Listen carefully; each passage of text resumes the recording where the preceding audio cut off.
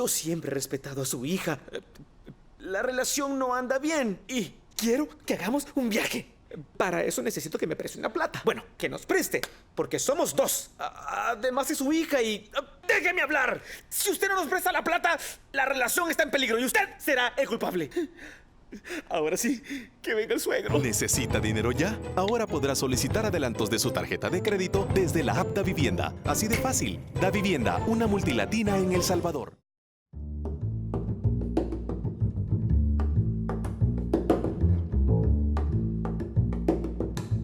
Buenas noches, bienvenidos a un nuevo programa de Focos. Soy Karen Fernández y estoy en compañía de Saúl Hernández y Alberto Arene. Cada semana aprovechamos este espacio, la introducción a Focos, para contarles cuáles son los temas que vamos a estar desarrollando.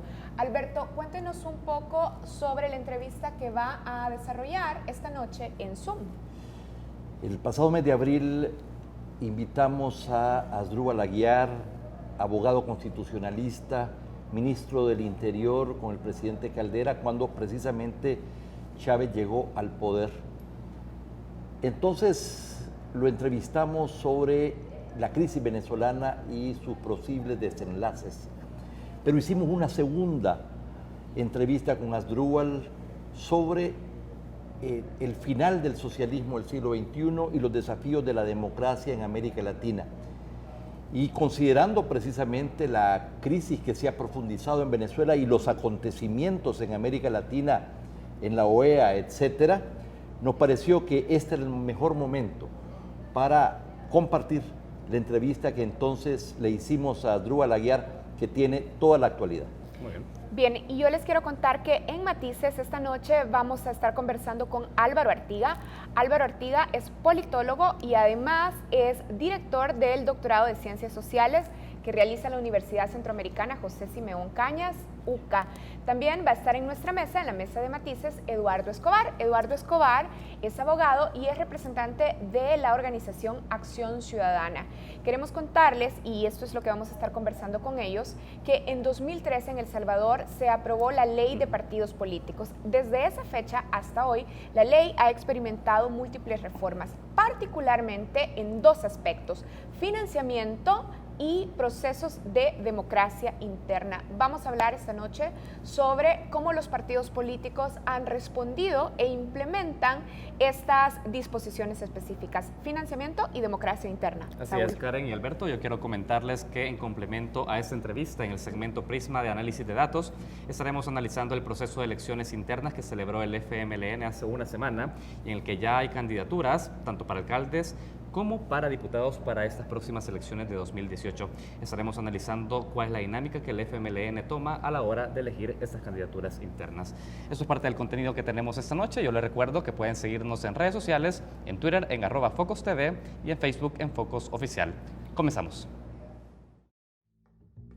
La posguerra está agotada. Necesitamos analizar y alumbrar mejor el camino para construir el futuro. Soy Alberto Arene, economista. No solo somos un nuevo programa de opinión, somos una nueva revista de realidad nacional. Soy Karen Fernández, comunicadora. Juntos formamos un equipo de trabajo independiente y comprometido con este momento de la historia. Somos una síntesis entre madurez y juventud para el nuevo impulso del futuro. Soy Saúl Hernández, politólogo. Bienvenidos a Focos.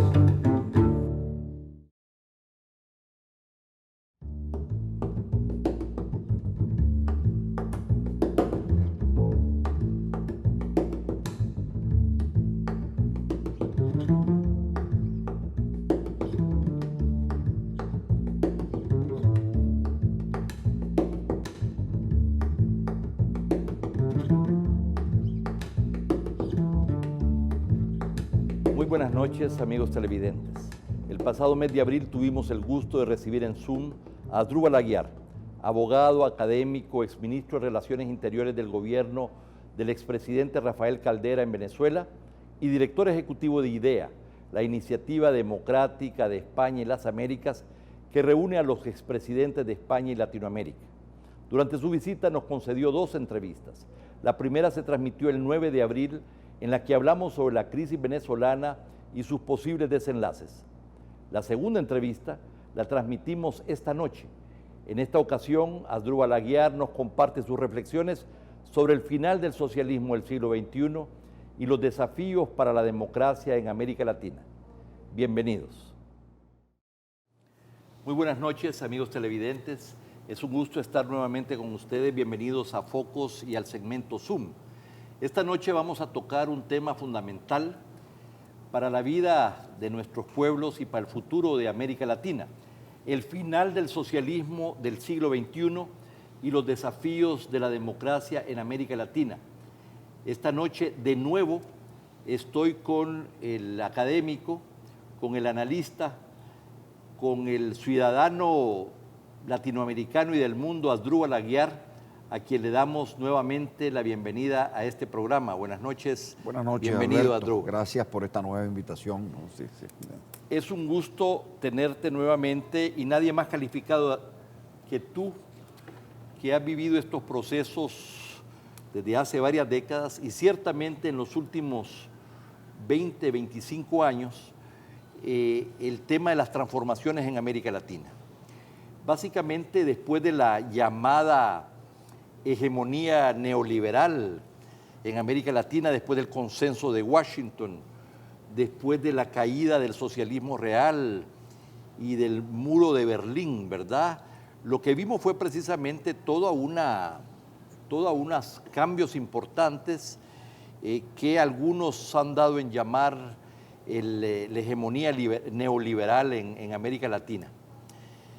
Eso produjo en algunos países crecimiento, pero por otro lado mucha exclusión, y pareciera entonces que también hubo una percepción de que las élites en el ejercicio del poder, del gobierno, como que se olvidaron de amplias mayorías. Vino el Foro de Sao Paulo, ¿verdad? Y finalmente después llegó el presidente Chávez al gobierno y se inauguró lo que se llamó el socialismo del siglo XXI, creando muchísimas expectativas de las transformaciones que vendrían en América Latina. Desde entonces han pasado 18 años y hay un balance, y lo que estamos viendo es que se está literalmente desmoronando el régimen chavista en una crisis muy profunda, pero al mismo tiempo el eje del ALBA y la utopía del socialismo del siglo XXI. ¿Cuáles son tu primera aproximación? Mi primera aproximación es quizás básica, de manual, ¿no?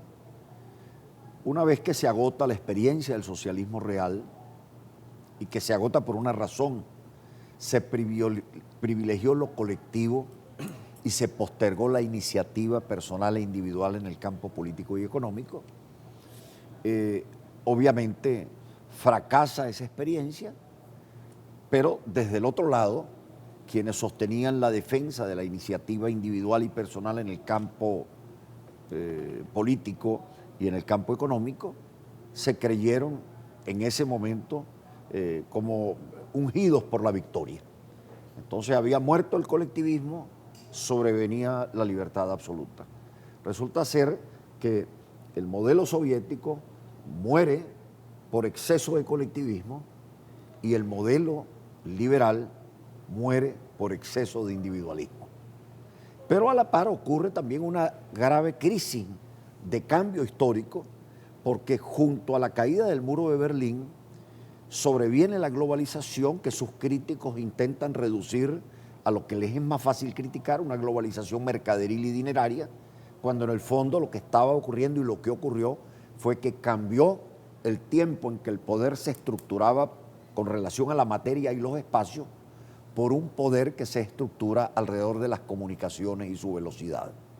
Entonces, lógicamente, el modelo de Estado moderno inflexionó, hizo crisis junto al sistema de partido, y las sociedades, que en el fondo tenían una única identidad, que era la identidad dentro de la ciudadanía, dentro de un Estado, quedan huérfanas y buscan nichos primarios y particulares a los cuales vincularse para poder tener una suerte de cobijo. Entonces, sobrevienen frente a la crisis del Estado sociedades totalmente invertebradas.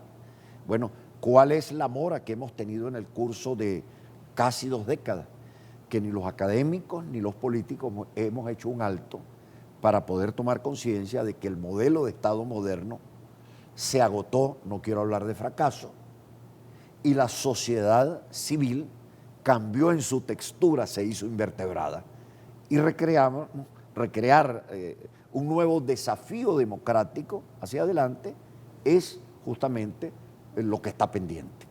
Bueno, Asdrúbal, pero lo que vimos efectivamente es lo que observamos en estas últimas décadas, es un cambio civilizatorio, es un cambio de época, que mucha gente, aún académicos, y menos los políticos, parecieran no haber tomado debida nota. A veces digo yo que hay un retraso entre 20 y 40 entre 2 y 4 décadas de la fotografía de los países y del mundo, y entonces es muy difícil lidiar con una situación cambiante. Sin embargo, lo que vimos de parte de los gobiernos identificados con esta nueva utopía del socialismo del siglo XXI, comenzando con Venezuela, fueron gobiernos que partieron del control y lo lograron del Ejecutivo, del Legislativo, del Poder Judicial, de medios de comunicación, etcétera, etcétera, de las municipalidades, con controles centralizados y férreos. Es que en el fondo hubo un tremendo engaño. Yo tenía la impresión inicial de que los sectores marxistas que vivieron la caída del socialismo real podían ingresar dentro de un proceso de autocrítica y tratar de construir alternativas dentro de las nuevas realidades que le ofrecía el siglo XXI. Y lo único que hace el Foro de San Pablo es que trata de resucitar ese museo paleontológico del socialismo leninista para maquillarlo con la sociedad digital y sus recursos de comunicación y sus recursos de propaganda. Al final, la verdad es lo que tenemos al frente. Una periodista venezolana le preguntó a Fidel Castro antes de su fallecimiento, comandante, explíqueme qué es el socialismo del siglo XXI. Y él se queda un rato pensando y dice, eso es comunismo. Y quienes leen los documentos de la nueva etapa, el nuevo mapa estratégico de la Revolución Bolivariana de Venezuela, noviembre del 2004, escritos por el propio Hugo Chávez, él le dice a sus compañeros en las instrucciones sobre el tema de la sociedad, de la propiedad privada, que es crucial, tenemos que analizarlo. El comunismo todavía no. No es que no esté de acuerdo con esto, es que no ha llegado el momento. Entonces, ciertamente no hubo un intento para tratar de crear una opción alternativa. Claro, hay una crítica que hay que dirigirle a los partidos políticos tradicionales, que ellos que son en el fondo herederos de la cultura de la Revolución Francesa y de la Revolución Americana, parece que no se hubiesen dado cuenta del cambio epistemológico, de la ruptura epistemológica que tuvo lugar, y lo que hacen es defender el edificio de la democracia formal sin darse cuenta de que en este momento la prensa escrita ha pasado al museo, porque ahora tenemos la prensa subterránea e invertebrada, en donde los presidentes ahora ganan a través de Twitter e Internet y no necesitan el apoyo ni siquiera de la radio y de la televisión moderna. Cuando uno ve a los partidos, uno dice, es que se acabó la política. No, es que simplemente la gente abandonó las estructuras estalinistas y disciplinarias de los partidos para irse a la sociedad invertebrada, horizontal, en donde todos hacen política a su gusto y de manera self-service. Eso es una expansión y multiplicación y un deslave de democracia. Es posible, pero todo eso requiere de una ordenación y de una imaginación de categorías constitucionales nuevas que expresen estas realidades. Lo que pasa es que Chávez hace una constitución, Evo Morales hace otra constitución, Correa hace otra constitución que se la redactan entre La Habana y la Universidad de Valencia en España para crear bajo una expresión de derechos humanos multiplicados hasta el infinito sideral, un régimen centralizado, presidencialista, imperial y militarizado de poder, como es la expresión constitucional que hoy en día rige en Venezuela. No solamente fue, dijéramos, un tema de los partidos políticos, pero también de élites empresariales vinculadas a veces a estos partidos políticos, y como que fueron democracias de baja intensidad, ¿verdad? Como se dice, que decepcionaron a amplios sectores, y sobre eso se montaron estos encantadores de serpientes, ¿verdad? Con una nueva utopía que después ya de casi 2 décadas podemos hacer balances fundamentales. El tema es si los partidos políticos y una parte al menos de los empresarios vinculados al poder han hecho un balance respecto a qué se hizo mal, si hay una autocrítica o si el análisis fundamental es las cosas estaban muy bien hasta que llegaron estos izquierdistas, ¿verdad? Que es lo que estamos viendo en muchos países en América Latina. ¿Cómo observas tú? ¿Tú sientes que hay en el caso venezolano, pero también en otros países, ha habido el balance crítico necesario para poder plantearse la revitalización y el relanzamiento de la democracia en el futuro? Lo que pasa es que, en primer lugar, estamos viviendo una sociedad dominada por una cultura, entre comillas, de presente, atropellada por las necesidades y realidades cotidianas. Y resulta que se necesita de hacer un alto para construir una nueva narrativa, una cosmovisión de mediano y largo plazo que permita darnos una suerte de experiencia democrática conciliable con las demandas y exigencias y desafíos del siglo XXI.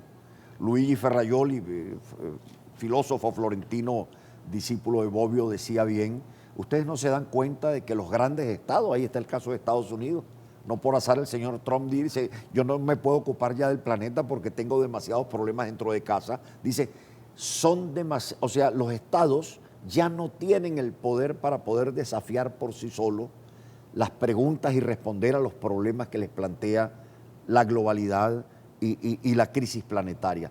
Pero en lo interno son una suerte de mastodontes, de elefantes prehistóricos que son insensibles a la realidad cotidiana y elemental de los ciudadanos. Entonces se ha producido una ruptura. Y él decía, hagamos un alto, por favor, con audacia, imaginemos nuevas categorías. Yo creo que regresar sobre que el pasado fue mejor a lo que tenemos, bueno, hay quienes dirán que sí, hay quienes dirán que no. Lo cierto es que en lo adelante las cosas no son ni podrán ser nunca como en el pasado, sino que tendrán que ser totalmente distintas. Entonces, este fue un escarceo final entre la derecha, la izquierda, las élites. Lo cierto es que una sociedad que no se democratiza culturalmente, que no logra embeberse y empoderarse, como se dice ahora, del hecho político, entonces no reclame gobiernos autoritarios o centralizadores. Los gobiernos, en el fondo, y los estados son el reflejo de las sociedades que tenemos. Así es. Vamos a regresar en un momento después de este corte comercial. No nos cambien.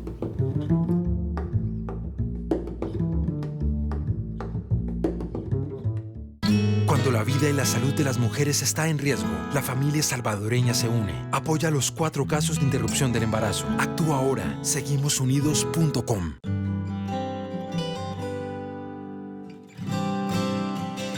En los buenos y los malos momentos, la familia salvadoreña se une. Porque un embarazo de alto riesgo podría pasarle a cualquiera. Apoya los 4 casos de interrupción del embarazo. Actúa ahora. Seguimosunidos.com.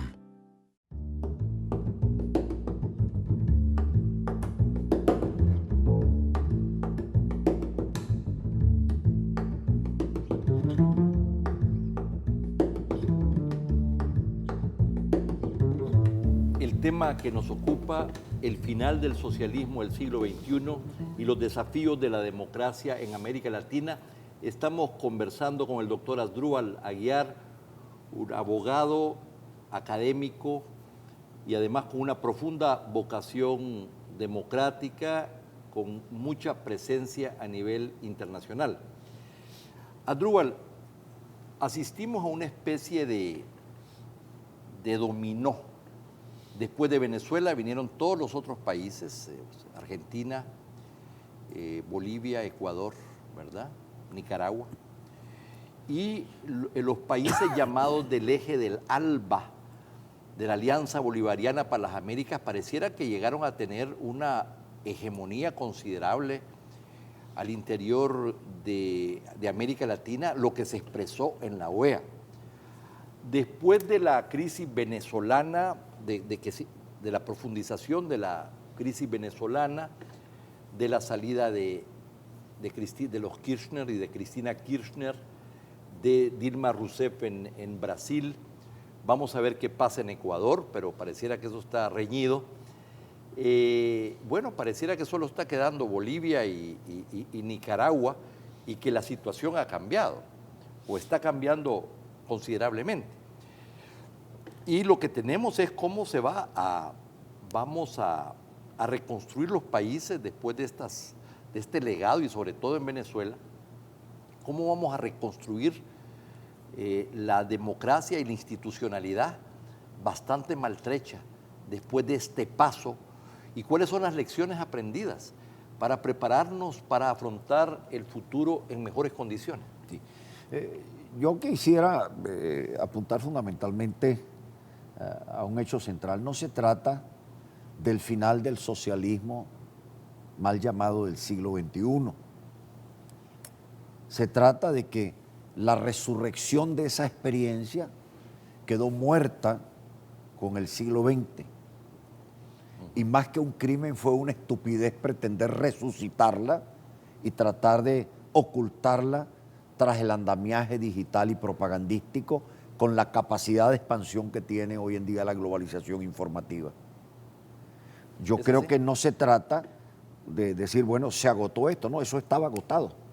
Lo importante es que en esto que algunos llaman el efecto pendular, que algunos con reduccionismo podrían decir, bueno, viene ahora el tiempo de nuevo de la democracia formal de carácter liberal que nos dio la Revolución Francesa y la Revolución Americana. Si se quedan allí, la posibilidad de que aparezcan nuevos traficantes de ilusiones está a la orden del día. Entonces, el desafío que tienen los actores que en cierta forma están recogiendo de sus cenizas estas tragedias que al final concluyeron con la experiencia de los últimos 20 años en Venezuela y en otros países de América Latina, es que tienen que reconstruir democracia mirándose en las nuevas realidades sociales contemporáneas. Pero bien, Asdrúbal, las implicaciones de la caída del socialismo real, el desmoronamiento del socialismo real, y no solamente en lo económico, pero también en el orden político e institucional, fueron enormes. Pero pareciera que mucha gente no tomó nota, ¿verdad?, de las implicaciones de esto. Y cuando ese proyecto estaba agotado efectivamente, lo que vimos con el Foro de Sao Paulo y con la llegada de Chávez al poder en Venezuela, es como que se creó la ilusión que otro mundo era posible, ¿verdad?, bajo una especie de refrito, llamémosle, de las viejas ideas del socialismo, ahora dentro de un marco de revolución digital y de globalización de las comunicaciones. Entonces, efectivamente, era un proyecto agotado, pero que se relanzó, ¿verdad?, con una narrativa y con otros instrumentos de incidencia política y de control del poder. Entonces, resulta que ya cuando va a terminar la segunda década, ya a más de 3 décadas, ¿verdad?, de esa experiencia de caída de 70 años de socialismo, ahora resulta que las consecuencias de este intento han sido tremendas, ¿verdad? Y ciertamente en Venezuela, con todos los efectos. Sí, espero que las consecuencias sirvan de lección, pero en definitiva, fue una experiencia que no hubiese tenido destino, más allá de los ejercicios retóricos que tuvieran lugar en el Foro de San Pablo, sin la industria petrolera venezolana y un periodo en donde los precios del barril petrolero saltaron a $100. Es correcto. Si este socialismo se hubiese instalado con los $8 por barril petrolero que recibía Venezuela para 1998, no hubiese durado 24 horas. Porque al final, ¿qué fue lo que ocurrió en Venezuela? El presidente Chávez acabó con toda la institucionalidad democrática y secuestró la totalidad de los poderes con su asamblea constituyente. ¿Por qué lo aceptó el país?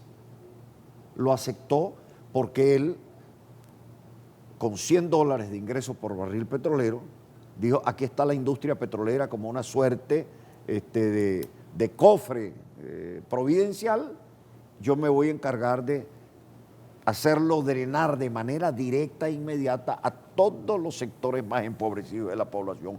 Y lo hizo durante un tiempo en que se permitía que las empresas funcionasen en Venezuela al principio, se hacían importaciones del exterior en una suerte de dispendio saudita, todo el mundo contento, pero en el momento en que Chávez muestra los dientes de su verdadero modelo, primera etapa, censura de prensa, leyes de control, hegemonía comunicacional, segunda etapa, control de la administración de justicia, para que las cosas que como acto de Estado él hiciese fuesen purificadas constitucionalmente y legalmente, y en el momento en que se cierra el grifo del ingreso petrolero, quedó el rey desnudo, porque la droga del petróleo permitió sostener esa ilusión con un agravante.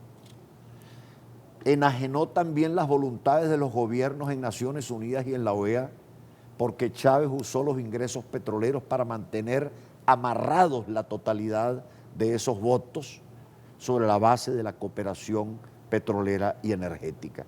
Por eso yo le preguntaba a mis amigos centroamericanos, ¿ustedes creen que eso es algo novedoso que ocurrió en este instante? ¿O es que ustedes se olvidan de la historia venezolana cuando a partir del año de 1979 se crea el Acuerdo de San José con el apoyo de Venezuela y de México? Correcto. Y se establece un mecanismo de cooperación energética? Y yo les decía, díganme si en algún momento los gobiernos venezolanos o el gobierno de México levantaron el teléfono para llamar a sus presidentes y pedirle algún voto en Naciones Unidas o algún voto en la OEA. Venezuela perdió 1001 batallas en Naciones Unidas y en la OEA sin contar con los votos de quienes eran beneficiarios de la cooperación energética. Las cosas cambian con Hugo Chávez, porque Hugo Chávez, sí les digo, ahí está la experiencia del presidente Mejía, República Dominicana, habló mal de Chávez y al día siguiente le suspendió el suministro petrolero, ¿no? Efectivamente, entonces no hay almuerzo gratis, ¿verdad? Claro. Y sin embargo, lo que estamos viendo no solamente es que se está debilitando ese eje con los cambios de gobiernos, con la crisis venezolana, pero tenemos un nuevo gobierno, un nuevo presidente en la Casa Blanca, donde además hay mayoría republicana y donde el senador, ¿cómo se llama? El republicano. Marco Rubio. Marco Rubio acaba de decir que la ayuda va a estar condicionada y ahora resulta, y hay un mensaje sobre esto a algunos países, incluyendo a El Salvador, como diciendo, bueno, vamos a estar atentos a cómo van a votar en la OEA, qué posición van a tomar respecto al Venezuela. O sea que el tema venezolano se ha vuelto un tema que será discutido y la actitud frente a Venezuela va a condicionar, pareciera, las posiciones no solamente de la administración, pero del Congreso. Estamos hablando entonces de una nueva situación que vamos a observar. Yo no quisiera referirme a casos particulares porque cada gobierno con absoluta independencia y soberanía, y uno tiene que ser respetuoso de eso, vota como quieren los organismos internacionales. Yo la única reflexión que me hago es por qué no votaron con autonomía e independencia en el curso de los últimos 20 años y ahora se rasgan las vestiduras frente a una suerte de amenaza velada que les llega desde el norte y en donde ocurre algo inédito. El imperio por primera vez da preaviso, porque Hugo Chávez no daba preaviso. Hugo Chávez simplemente suspendía directamente el suministro petrolero y suspendía inmediatamente los apoyos financieros cuando no obtenía la votación de algún país en esos organismos regionales. Ahora por lo menos el cobrador de luz le dice al residente, mire, acuérdese que tiene una deuda pendiente con nosotros y si sigue pidiéndonos dinero para determinadas actividades, usted por lo menos comparta alguna de las cosas que nosotros le hemos planteado. Bueno, entonces yo creo que el problema es mucho más de fondo. Yo no quisiera que nos distrajésemos sobre el tema del imperio, las colonias, la izquierda o la derecha, pues este es un problema más serio, más complicado. Muy de fondo, ¿no? y por eso decía Mucho más de fondo, ¿no? el tema de la reconstrucción económica. Es un problema ético y social, Alberto. Sí. y ético en las sociedades va a ser un tema fundamental. ¿Cómo ves, solo para terminar, cómo identificarías los principales desafíos de la reconstrucción democrática e institucional y ética en América Latina? Pongo 5 ejemplos. La democracia es derechos humanos, respeto y garantía. Tenemos un problema que es la fragmentación de los derechos humanos y la multiplicación de leyes particulares en materia de derechos humanos que han creado una suerte de bosque legislativo que los propios jueces no logran entender o administran justicia de manera arbitraria. Los bosques legislativos frente a la simplicidad de la ley genera ese tipo de dificultades. Hoy en día, sobre todo, el reclamo del derecho a la diferencia. En segundo lugar, la ley es respeto a la separación e independencia de los poderes. La gran pregunta es el ejercicio de los poderes, cómo logra conciliarse. El ejercicio de los poderes es como la festina lenta, el ritmo procesal, vaticano, ceremonial, con una sociedad cuyas realidades económicas cambian a cada segundo y a cada minuto. En tercer lugar, el tema electoral, que era lo más universal. Ahora un votante trata de expresar su voluntad en las urnas, y si hay dudas hay que llamar a un experto matemático puro para que a través de fórmulas muy complejas nos diga si lo que votamos sirvió o no sirvió. La prensa trata de sostener su pulmón, los gobernantes tratando de ser editores de periódicos en vez de encargarse de gobernar, y resulta que hay un periodismo subterráneo silvestre que ha copado a la totalidad del planeta. El tema de la transparencia, la rendición de cuentas, o sea, puede realmente seguirse aceptando el que por debajo de la mesa se hagan arreglos para obras de bienestar colectivo y de bien común, en donde simplemente se traiciona la voluntad de los propios electores. El tema del narcotráfico, el tema de la criminalidad internacional, el tema del sentido y funcionamiento de nuestras Fuerzas Armadas, porque las Fuerzas Armadas respondían a peligros del pasado. Los problemas y desafíos geopolíticos actuales no tienen nada que ver con las hipótesis de crisis y seguridad internacional que se conocían en el pasado. O sea, hay que sentarse, hacer un alto y discutir esas cosas. El tema de la participación política, o sea, la participación política es la vuelta a la oclocracia en donde todos gobiernan y ninguno gobierna, porque en donde todos gobiernan y ninguno gobierna siempre aparece un gendarme necesario. Sí. Así es, se nos ha acabado el tiempo. Asdrúbal, muchísimas gracias. Muchas gracias, por Alberto, estar por tu con nueva nosotros. invitación, ¿no? Sí. Mil gracias, te agradezco. Amigos televidentes, muchas gracias por su sintonía una vez más en este espacio de Zoom. Buenas noches.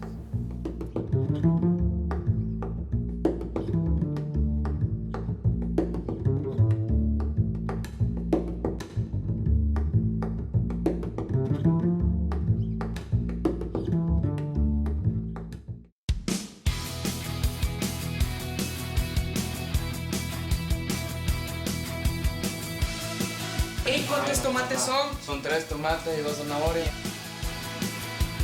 Ahora hay que meter los cangrejos vivos al agua.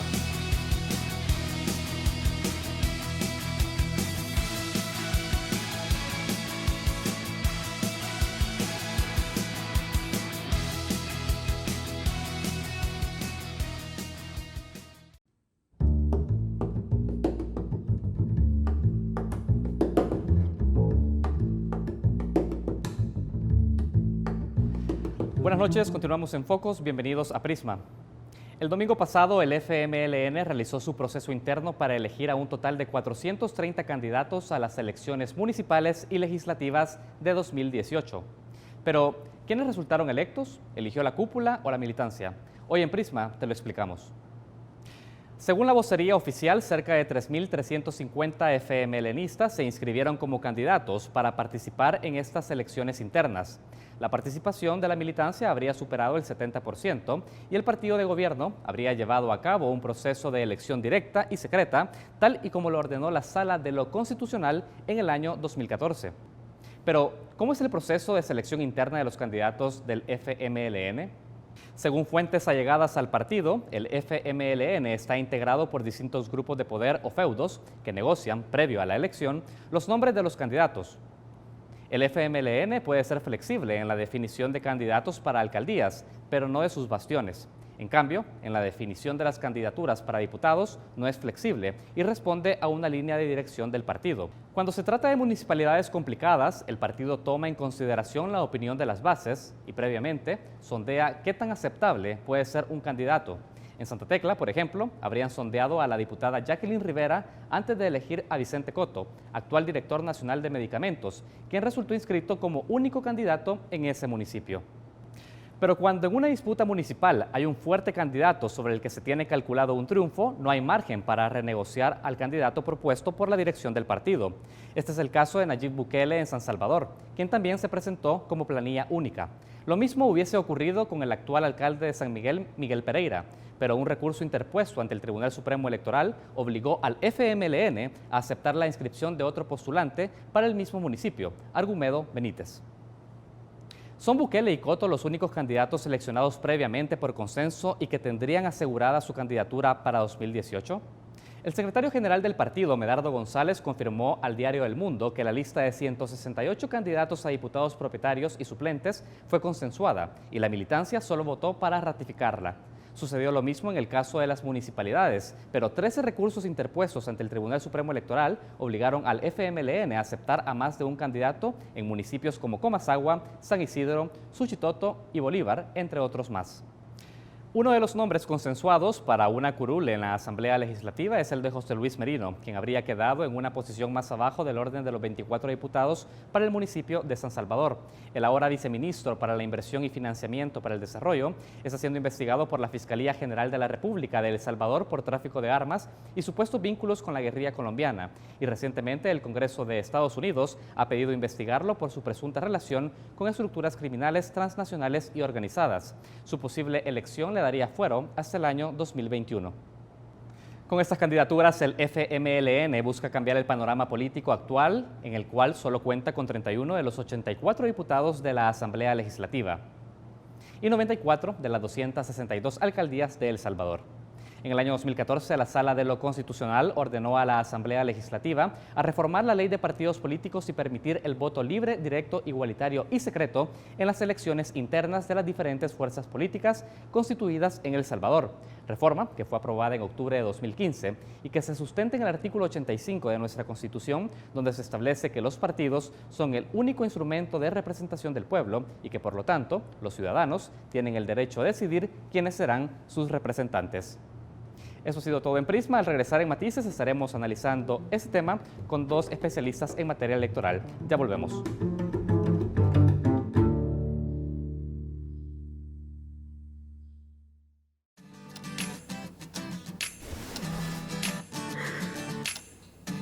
Ya vengo. Tengo que enviar un dinerito. Bien portados, ¿verdad?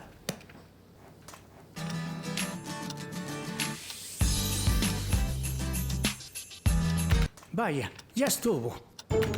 Ahora hacer transferencias a otros bancos es más rápido y sin costo con la app Davivienda. Así de fácil. Davivienda, una multilatina en El Salvador.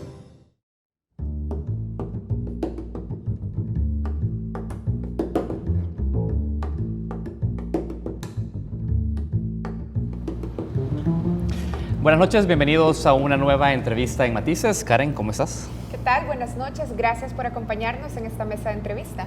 Quiero comentarles que esta noche ponemos en esta mesa el análisis sobre las elecciones internas en los partidos políticos y también el financiamiento de estos institutos partidarios, Karen. Y a propósito, quiero comentarte que esta semana hemos publicado en nuestra encuesta en Twitter, en nuestra cuenta @FocosTV, una pregunta para que podamos tener la interacción de ustedes en las redes sociales, pero también conocer el pulso sobre la opinión respecto a la manera en que los partidos políticos desarrollan las elecciones internas.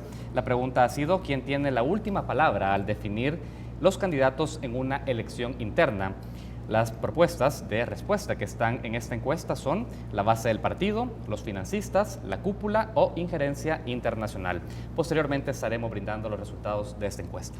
Así es. Bueno, y yo quiero también contarles, para que lo tengamos en cuenta en el desarrollo de esta entrevista, que en 2018, y yo creo que ya todos también estamos pendientes de cómo los partidos políticos empiezan a desarrollar el proceso de internas para elegir a sus candidatos que van a representarlos en el proceso del próximo año de diputados y alcaldes. De hecho, este proceso de elegir a sus funcionarios o elegir a sus candidatos en las elecciones internas lo hacen para cumplir la ley de partidos políticos.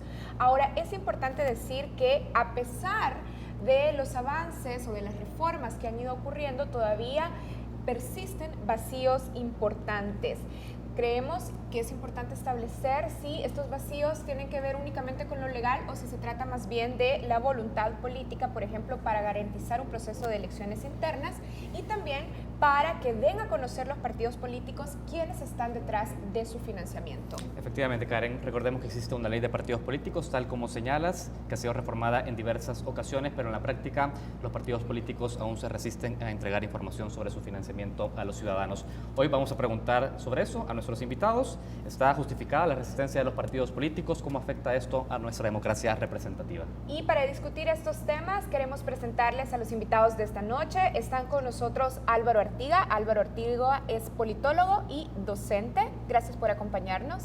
No, gracias a ustedes por la invitación. Es un gusto estar con los televidentes aquí para compartir algunas reflexiones sobre los temas que ustedes han puesto en la mesa. Y también está con nosotros Eduardo Escobar. Eduardo es abogado y representante de Acción Ciudadana. Eduardo, gracias por estar aquí. No, al contrario, gracias. Un gusto la invitación y estamos igual para hablar con la población sobre este importante tema. Excelente. Eduardo, para entrar ya en concreto en esta entrevista, a pesar que existe ya en el país una resolución de la Sala de lo Constitucional sobre transparencia en el financiamiento y competencia interna en los partidos políticos para definir candidaturas, en la práctica estamos viendo que esto no se cumple.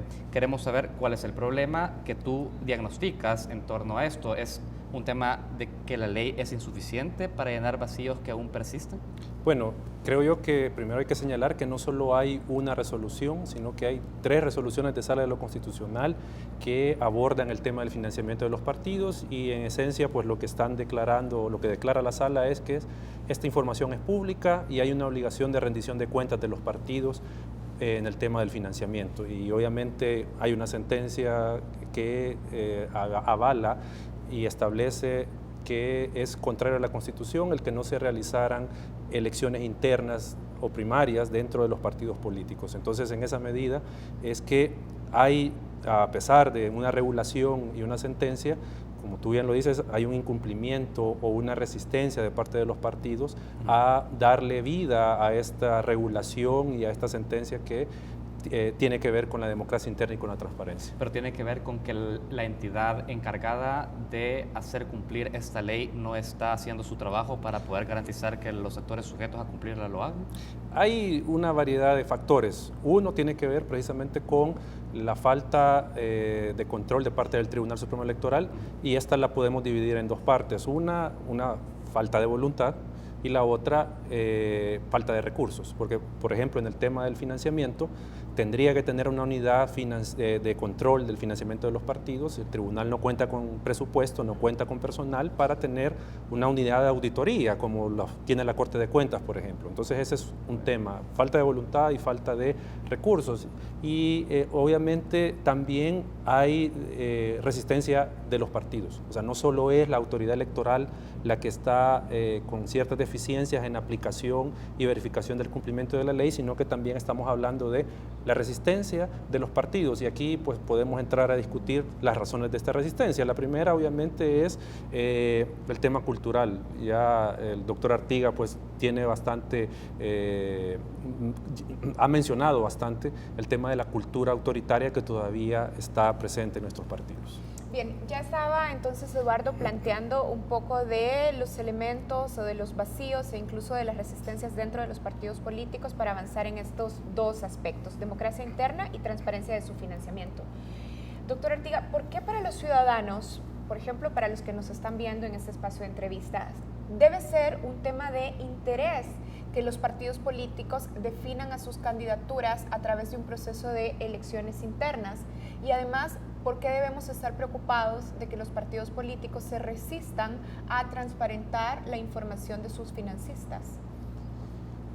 Bueno, yo creo que en cuanto a la primera pregunta de por qué, digamos, ciudadanos como los que nos están viendo o nosotros mismos podríamos estar interesados o nos deberíamos de interesar el tema de cómo los partidos designan a sus candidatos, es justamente porque luego nosotros somos los que vamos a tener que elegir a partir de las propuestas de los partidos.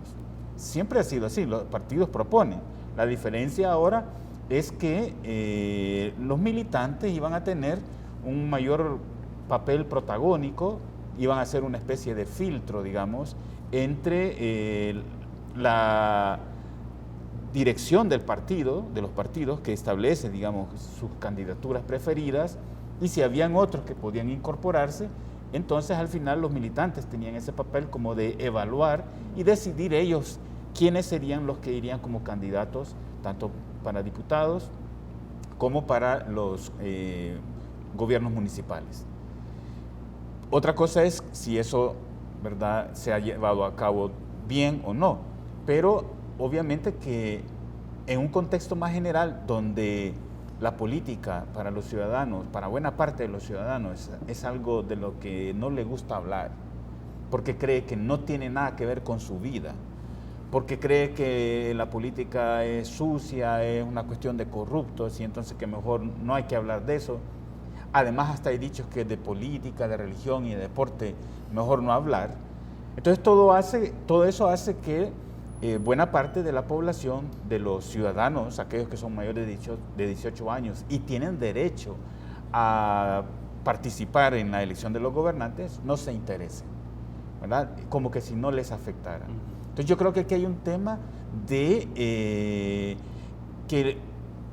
desinterés, desconfianza, pérdida de credibilidad en los partidos, de que lo que ellos hacen realmente puede ser a favor o por el bien de la ciudadanía, y eso está haciendo que muchos no se interesen. Cuando digo, el problema es que después de lo que salga de estas elecciones, pues vamos a tener que decidir.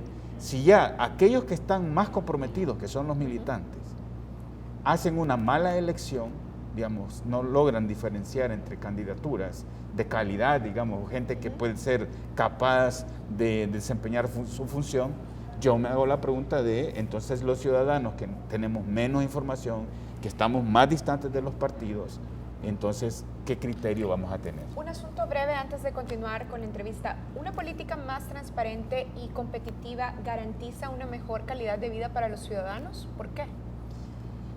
Bueno, siempre se dice que dependiendo de el tipo de funcionarios, los procedimientos que se adoptan para elegirlos o para designarlos, tiene consecuencias en las decisiones que luego estos adoptan.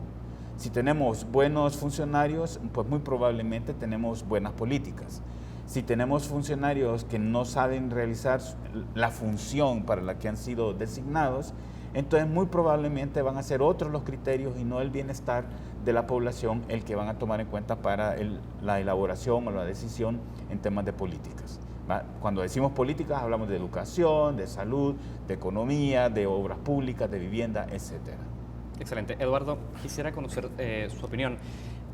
Conoce muy bien cómo ha sido el proceso para poder llegar hasta una ley de partidos políticos que pueda contemplar un proceso de internas y transparencia, porque precisamente usted ha formado parte como actor protagonista en demandas ante la justicia para resolver en el tema. En el marco de la discusión sobre la ley de partidos políticos entre el año 2009 y 2013, había unas propuestas que señalaban que era necesario establecer techos al financiamiento de los partidos políticos. Nos gustaría conocer sus valoraciones sobre ese tipo de propuestas. ¿Cree que estableciendo techos del financiamiento privado en la política podríamos tener una mejor democracia representativa o que se oriente a atender las demandas de las personas y no de los financistas? Bueno, sí, en realidad creo que esa es una de las medidas que deberían de tomarse para tratar de alguna u otra manera de mejorar el funcionamiento del sistema político y de la democracia en sí. Y digo esto ¿por qué? Porque nosotros estamos en presencia, y lo que voy a decir no es que sea algo nuevo ni nada, pero estamos en presencia de procesos electorales con un gran acento mercantil. O sea, los principios del mercado están en el proceso electoral. ¿Y a qué me refiero? Bueno, el candidato que tenga o que pueda asegurarle al partido mayores ingresos, ese va a competir. Y en esa medida igual, el partido que tenga más recursos puede presentar sus propuestas, puede mostrar a sus candidatos de forma más incisiva para que la población los termine conociendo y vote por ellos. Entonces, en esa medida, el que no haya límites en el financiamiento, límites del gasto de los partidos, que al final un partido puede recibir en tiempo ordinario y en tiempo electoral, tiene una incidencia directa en las condiciones de equidad electoral de la competencia y obviamente en cómo se desempeñan después los cargos. Pero, ¿cuál es la solución en ese caso? ¿Que sea el Estado quien asume el financiamiento de la política? Hay diferentes fórmulas y diferentes medidas que se pueden tomar y uno al ver el derecho comparado puede encontrarse casos como el mexicano, por ejemplo, que el 90% del financiamiento es estatal.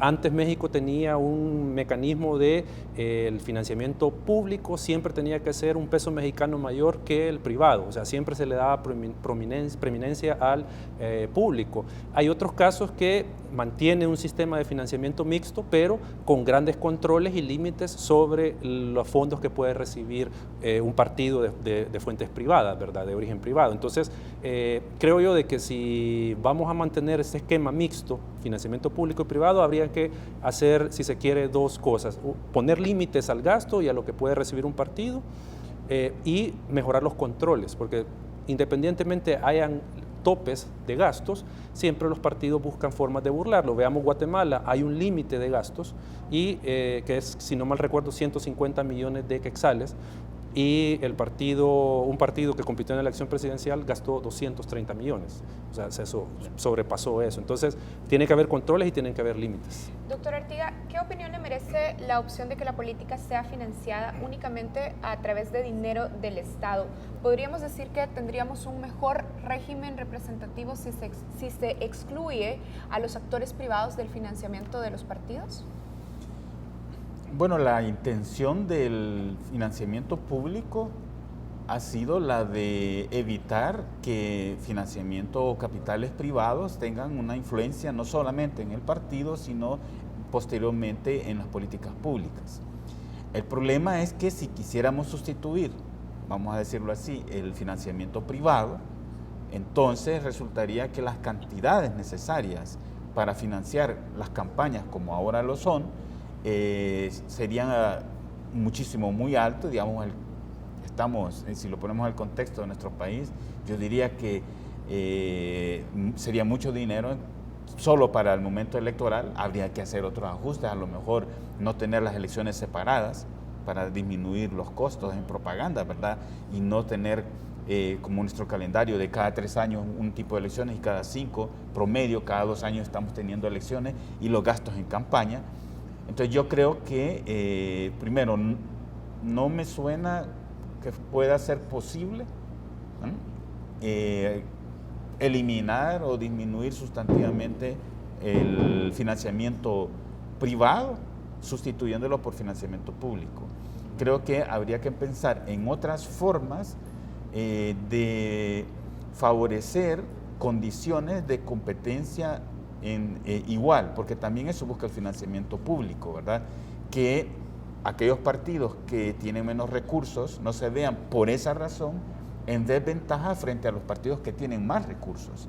Entonces el Estado o el financiamiento público busca como repartir de tal manera que ambos reciban tratamientos equivalentes, digamos, ¿no? Entonces yo creo que habría que buscar otras formas como para evitar que haya esa desigualdad y grandes cantidades de financiamiento privado. Perfecto, vamos a dejarlo con esa respuesta, Karen. Tenemos que hacer nosotros la primera pausa de esta entrevista.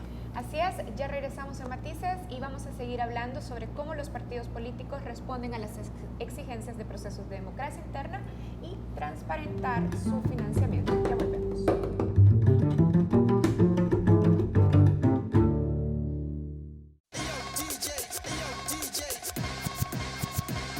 Tener estilo no es seguir tendencias. Lo que está de moda es no seguir las reglas. Se ve chivo.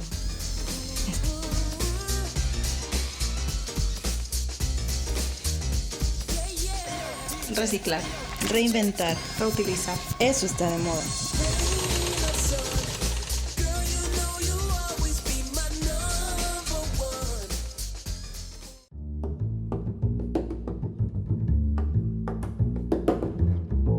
Seguimos en Matices. Esta noche estamos conversando, Saúl, sobre cómo los partidos políticos responden a los desafíos de realizar un proceso de elecciones internas, preparándose para las elecciones del próximo año, las de alcaldes y diputados, y también cuánto hemos avanzado en conocer la información de los financistas de los partidos políticos.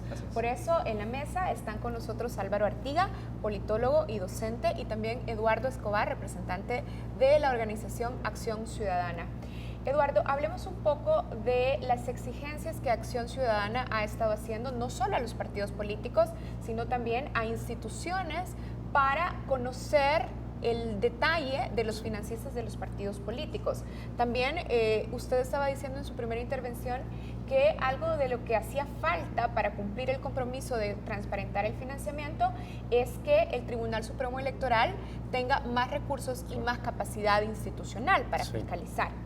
Hablemos específicamente de las barreras dentro de las instituciones que deben removerse para avanzar en que los ciudadanos tengamos más acceso a conocer sobre los financistas de los partidos. Sí, hay diferentes instituciones que están involucradas en el tema directo o indirectamente del financiamiento.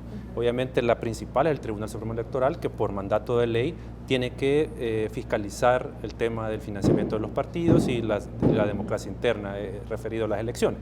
Pero también hay otras instituciones que la ley establece, tienen una participación, como la Corte de Cuentas de la República.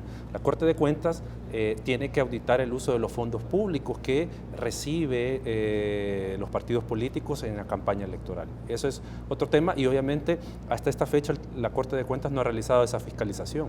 Y esto en parte porque los partidos no han enviado los informes del uso del fondo público, de la deuda política de 2015. O sea, estamos a 2 años, más de 2 años de las elecciones de 2015 y todavía no se ha hecho esta fiscalización. Entonces ahí hay una falta de voluntad de parte de la Corte de Cuentas de proceder a exigir, porque es una obligación legal, exigir estos informes. Otras instituciones que están indirectamente vinculadas, obviamente el Ministerio de Hacienda, por 2 razones. Tiene que entregar el financiamiento público a los partidos cuando ya sea procedente según la ley electoral, cuando se le pueda dar el adelanto, y también porque hay una obligación de los partidos tributaria de entregar informes mensuales de las donaciones que reciben para efectos tributarios. Entonces, está esta otra institución y el instituto, pues, que también de acceso a la información que al final se terminó involucrando porque la información que tiene el tribunal sobre los donantes de los partidos, sobre la materia financiera de los partidos, es información de carácter pública. Entonces el instituto pues ordenó que se entregara esa información. Entonces hay, si se quiere, actores directamente involucrados y otros que indirectamente participan. Doctor Artiga, nos planteaba Eduardo que existen condiciones a nivel institucional para que los partidos políticos en un escenario ideal entreguen esta información a los ciudadanos, es decir, hay un marco jurídico bien establecido, hay instituciones que tienen delegada la tarea de poder hacer control sobre esto. Usted ha dicho el carácter híbrido de este régimen en el que nos encontramos es democrático en el acceso al poder, pero autoritario en el ejercicio de autoridad, dice. ¿Es un tema que se resuelve con reformas a la ley este? Las reformas a la ley es una alternativa, pero probablemente no sea la más importante si no tenemos una ciudadanía que quiera hacer valer sus derechos, los derechos que las mismas leyes le otorgan. Podemos tener entonces un buen marco, podemos tener reformas para tener un mejor marco legal, pero si a la ciudadanía, por ejemplo, no le interesa saber quién está financiando a un candidato, es más, no le interesa la política, entonces no va a acudir, digamos, a una institución a solicitar información al respecto. Que aquí hay un problema, yo diría, de carácter educativo-cultural, es un tema de la forma de hacer política, tanto de los funcionarios como de los ciudadanos. Ciudadanos que no se interesan por lo que hacen sus gobernantes, por el manejo de los fondos que llevan a cabo los gobernantes, por los orígenes de los dineros que se utilizan para hacer campañas, eso es parte, diría yo, de este elemento autoritario asumido en la cultura ciudadana. Si tenemos una cultura política autoritaria que permite justamente el abuso por parte de quienes tienen el control de los asuntos, sin que eso tenga consecuencias.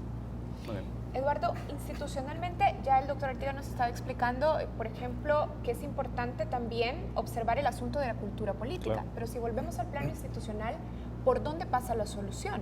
Por ejemplo, el Ministerio de Hacienda se niega a dar la información diciendo que no se puede violar el secreto fiscal, que no es posible dar a conocer o que no sería legal dar a conocer los nombres de los donantes. Sí. Los partidos políticos registran los datos, entregan información incompleta y como lo estábamos viendo, el Tribunal Supremo Electoral solo puede revisar y no tiene capacidad para actuar o recursos, decía. Claro. Institucionalmente, ¿qué piezas deben moverse? ¿Por dónde va la solución?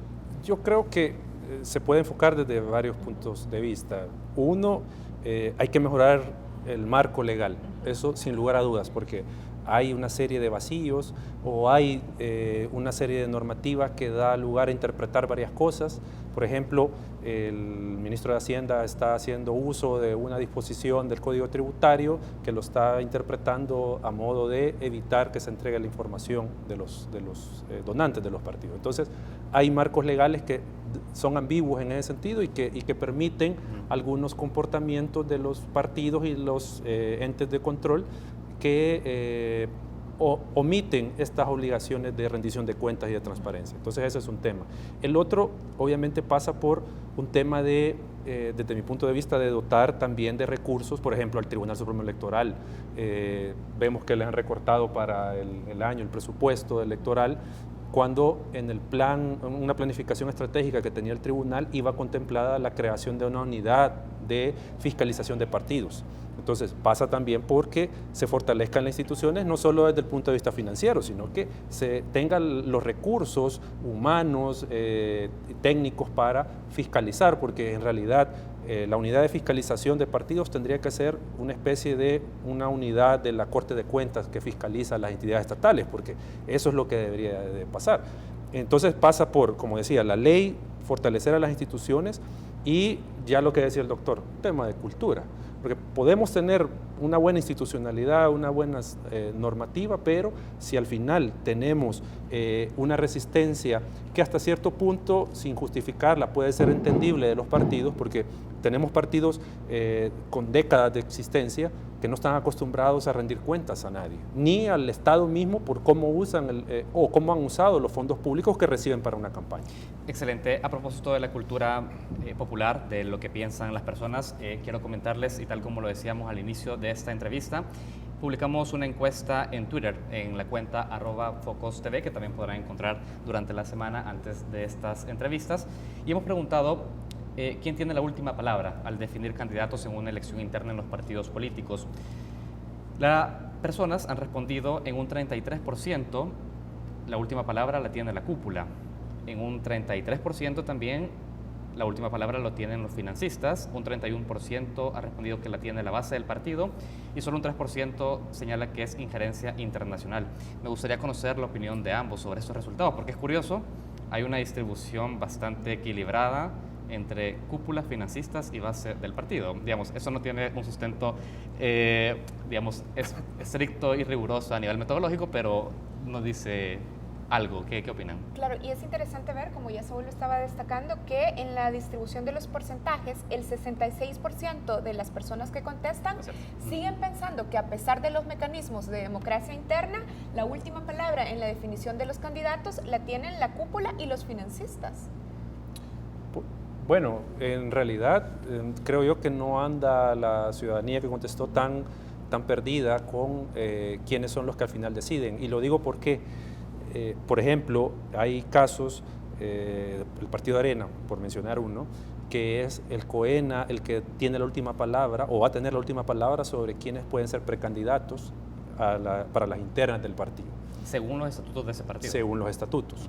O sea, y el reglamento electoral que se emitió es, uno de candidato presenta toda su documentación a la Comisión Nacional Electoral, esta verifica que estén completos y lo remite luego posteriormente al COENA para que decida si va o no la candidatura. Entonces, hay una incidencia de las cúpulas, vemos el caso del FMLN igual, que se pronunció anticipadamente que ciertas personas en ciertos municipios eran los candidatos a alcalde ya. O sea, hay una incidencia de la cúpula.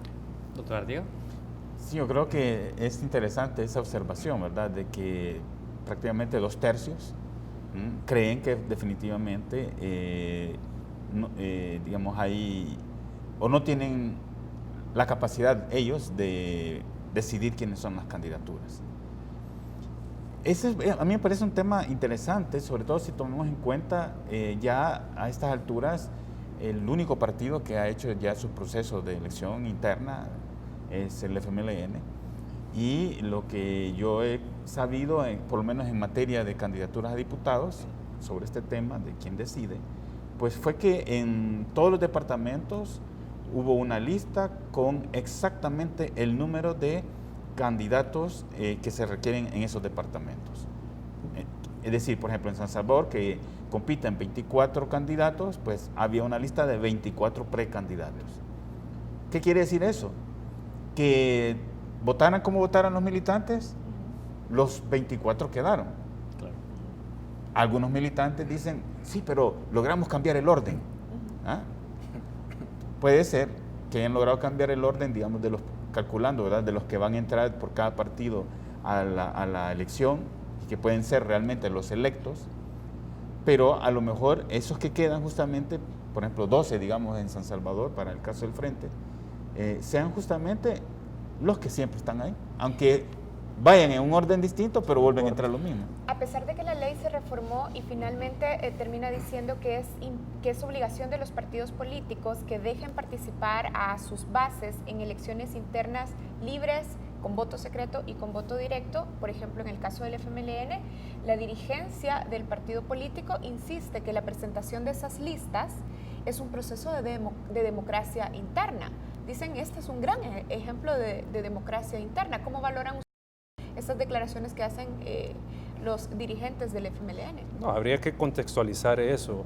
O sea, a pesar de que la ley plantea la posibilidad de que existan planillas únicas o candidaturas únicas, si es, por ejemplo, caso de elección presidencial, y que tiene que obtener más del 50% de los votos esa planilla para lograr ser candidato oficial, pero hay que remontarnos al proceso previo de presentación de esas candidaturas. En el caso del FMLN existió, pues esto que lo han dicho los dirigentes, reuniones a nivel municipal y departamental para llegar a consensos. A consensuar las listas. Consensuar, o sea, yo sé de casos que habían 40 o 50 candidatos, probablemente para elegir a 10 cargos, por mencionar una cifra, pero que poco a poco esa lista se fue acortando y llegar hasta la que ya se había decidido. Entonces, digo, probablemente al amparo de lo formal, en este caso la ley, pueda parecer de que sí es legal esta presentación de planillas únicas y solo 24 candidatos en San Salvador, por ejemplo, y que hayan obtenido más del 50% de los votos, puede ser legal, pero digo, veamos aquellos aspectos informales del proceso de consolidación y de creación de esa lista, donde hay, obviamente, de alguna otra manera, desde mi punto de vista, alguna imposición para que no hayan más candidatos y solo estén compitiendo los que ya se había decidido previamente. Excelente, Eduardo. Sin embargo, los partidos políticos podrían responder ante ese señalamiento que la ley los habilita a poder definir con base a sus estatutos cuál iba a ser el procedimiento para poder elegir sus candidaturas internas. Y la pregunta es que hubo también acá o hay alguna inconsistencia en que la ley, si bien define y su espíritu es hacer más democrático el proceso, pero le dice, bueno, de todas formas, vea usted cómo lo hace. Digo, hay acá una inconsistencia. Pero es que en realidad la ley lo que dice es que tiene que ser, a pesar de que se tiene que regular por estatutos, pero tiene que reunir ciertas características, tiene que haber libertad de competencia, que también la sentencia de la sala lo dice, o sea que cualquier ciudadano pueda postularse siempre que sea militante del partido, y no solo la sentencia, vámonos a la Constitución, o sea, no hay una limitación y incluso está el derecho a participar y postularse como candidato. O sea, ese derecho no se puede limitar, a pesar de que la ley, si se quiere aceptar que pueda tener alguna contradicción, pero hay un derecho que no se puede limitar y eso es lo que habría que ver. O sea, si bien los partidos están habilitados para hacer los procesos como se han hecho, pero lo que hay que ver es si dentro de ese proceso se limitó, se presionó, obviamente no de forma pública y bajo diferentes figuras, como por ejemplo eso del consenso, se limitó la participación de la militancia. O sea, y ahí es donde uno puede decir, si en realidad sucedió alguna presión sobre militancia para mejor no compitas, aceptemos esta lista, ahí eso le resta ese carácter democrático a la elección que se ha llevado a cabo. Bueno, casi tenemos que ir terminando, pero hablemos también rápidamente con el doctor Artiga sobre el proceso de elecciones internas en Arena. Una investigación del Faro demostró que en el proceso de elecciones presidenciales anterior, Ricardo Poma, uno de los financistas y además de uno de los grupos empresariales más importantes de este país, tuvo mucho poder para defender y mantener la candidatura de Norman Quijano. Por lo que hemos visto ahora en el proceso de Arena, ¿estas reformas o estas exigencias de democracia interna, considera usted que serán suficientes para quitar un poco del poder a los financistas y a la cúpula del partido? No creo que sean suficientes. Es más, no creo que estén buscando ese objetivo de quitarle poder a los financistas, ¿verdad? De hecho, hay que preguntarse por qué se han dado estos casos en departamentos y en municipios que no se ha permitido competencia cuando habían, por lo que se ha sabido, habían otros candidatos, caso de Antiguo Cuscatlán, de Santa Ana, el mismo San Salvador, ¿verdad? Y no se ha permitido, ¿verdad? Pero yo creo que al final, si funciona o no la democracia interna dentro de los partidos, dependerá de si los militantes quieren ser democráticos, quieren que sus partidos sean democráticos. Como es un asunto interno, ¿verdad? Así está definido. Si tenemos una militancia que más bien funciona en términos clientelares y no en términos de militantes ciudadanos, digamos, entonces aunque tuviésemos la mejor legislación en materia de elecciones internas, pues seguiríamos en lo mismo. Como en ese escenario, nuevos ciudadanos que no están dentro de un partido político militando, doctor Artiga, podrían verse con un incentivo de participar en política. Digo, ¿esto no genera, desde ese punto de vista, mayor distancia a que esa base de militantes se nutra de personas que sí quizás tienen un interés no bajo una lógica clientelar, sino de democratizar esas instituciones? No, es que yo me refiero a que ya los militantes que están, ¿verdad?, ellos tendrían que hacer valer los derechos que tienen. Por ejemplo, en cualquiera de los dos partidos o de los otros. Están bajo una lógica clientelar, es solo que sea una base militante más democrática y pujante, que tendría que ser nueva. Puede ser que sea nueva, el problema es que si por fuera también tenemos que no hay poco interés en ingresar a los partidos, no hay, pues ahí está cerrado el asunto.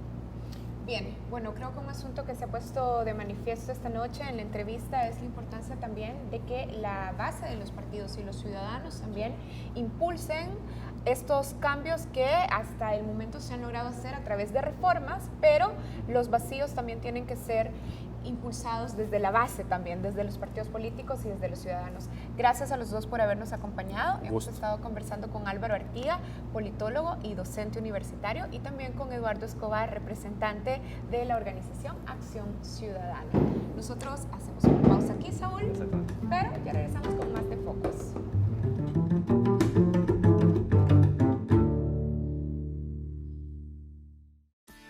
¿Qué hacen realmente las AFP por ti?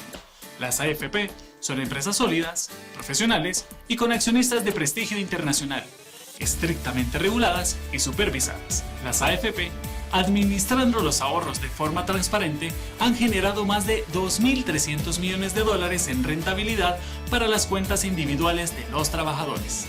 Los afiliados, dueños de más de 8.600 millones que respaldan su pensión, se merecen una reforma que logre mayor rentabilidad, mayor cobertura y mejores pensiones de forma sostenible.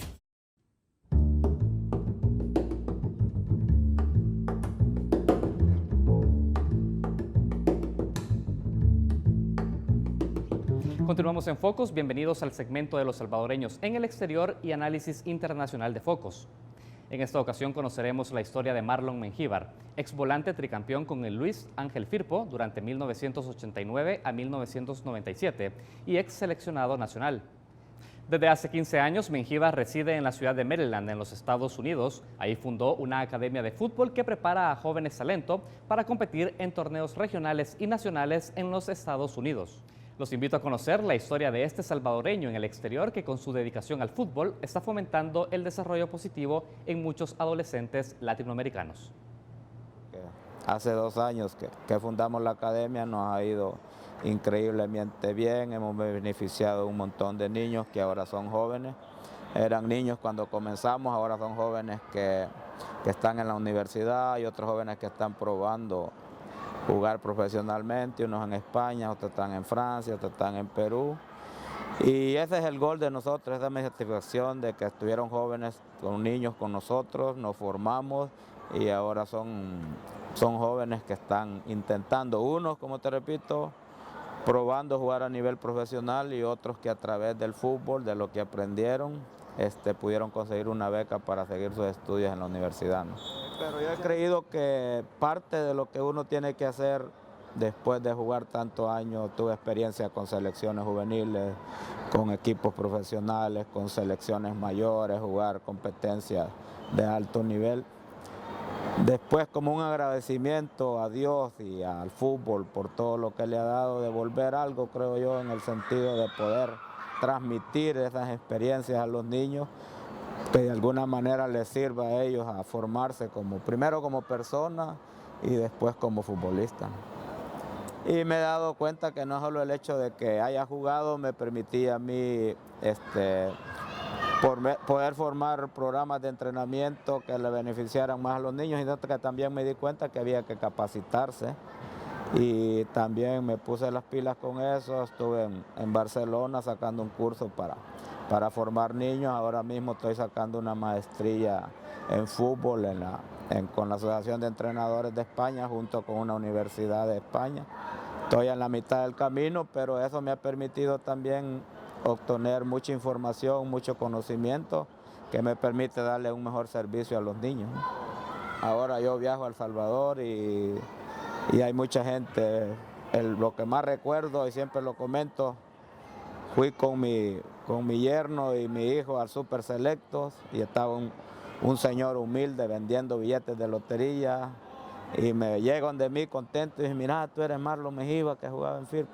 Sí, no, hombre, mira qué feliz, venite, aquí está mi esposa vendiendo juguetillos ahí en la acera, vendía gente humilde y no lo hace de sentir a uno un poquito nostálgico, pues, de que la gente humilde, sencilla, que lo pueda reconocer después de tantos años, no tanto porque yo soy Marlon, sino que porque pertenecía a un grupo de jugadores que formábamos un equipo que logramos los resultados que se mencionan y ya todo el mundo conoce. Todavía se habla de ese Firpo y eso quiere decir de que el legado se dejó, que la gente se acuerda, que hicieron tuvimos muchos momentos bien importantes, especialmente la gente del pueblo de Usulután. Disfrutó ese Firpo, disfrutaron de esos campeonatos de Firpo, de esas celebraciones en el pueblo después de los triunfos. Fueron momentos muy bonitos, momentos muy felices que siempre los vamos a tener en nuestro corazón. Todos sabemos que nos hemos destacado un poco, que ya no somos El Salvador competitivo. Si no logramos parar, reunirse los que tienen que reunirse, platicarlos, hacer un programa de entrenamiento serio, desarrollarlo, que haya gente que sepa del tema, gente que pueda supervisar, que se cree la infraestructura adecuada para eso y que haya una organización también que pueda sacar eso adelante. Lo veo bastante difícil, pero siempre como salvadoreños, que no estamos en El Salvador, con el corazón y con el deseo, deseando de que en algún momento eso cambie, ojalá eso sea pronto.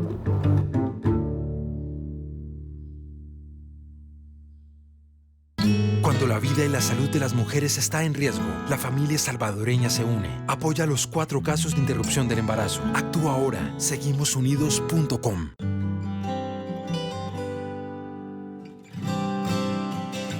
En los buenos y los malos momentos, la familia salvadoreña se une. Porque un embarazo de alto riesgo podría pasarle a cualquiera. Apoya los 4 casos de interrupción del embarazo. Actúa ahora. Seguimosunidos.com.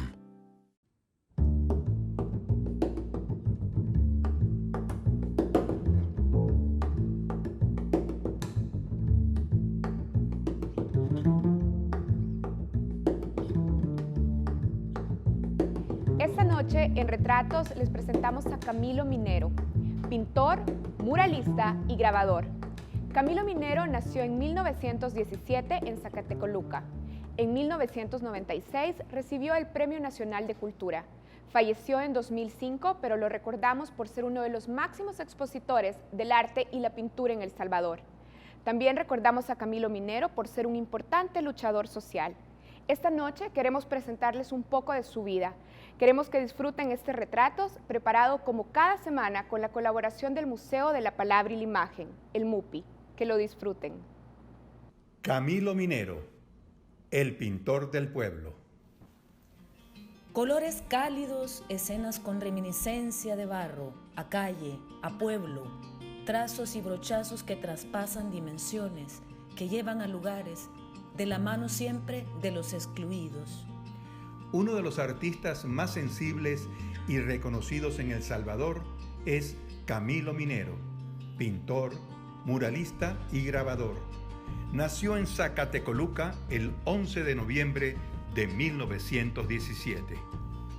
Fue becado para estudiar pintura en el Instituto Politécnico Nacional y grabado en el Taller de Gráfica Popular en la Ciudad de México. Allí aprendió y experimentó la influencia de los grandes muralistas mexicanos, Diego Rivera, Orozco y David Alfaro Siqueiros. Su obra es extensa y variada. En ella sobresalen dibujos, óleos, grabados, acuarelas, serigrafías y murales. Fue maestro en 1960 en la Escuela de Artes Plásticas en la Universidad del Salvador, donde fue el director de El Taller de Artes. Fue desde siempre un luchador social frente a las injusticias y el autoritarismo, lo que le costó el exilio durante largo tiempo.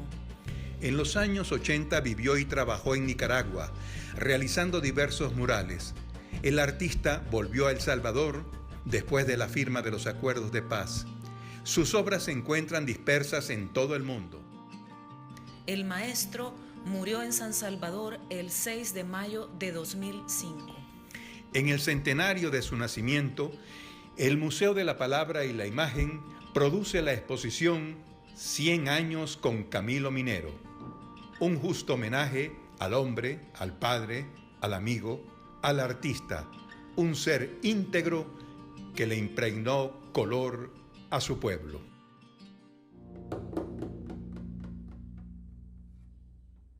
Gracias por acompañarnos en un capítulo más en Focos. Alberto, Karen, quiero comentarles que en la entrevista junto a Álvaro Artiga y Eduardo Escobar hemos podido entender mejor por qué los partidos políticos siguen resistiéndose a poder celebrar elecciones internas, tal y como lo establece la sentencia de la Sala de lo Constitucional y también la Ley de Partidos Políticos en nuestro país, y los desafíos que aún están pendientes para que puedan ser transparente el financiamiento hacia los ciudadanos. Alberto.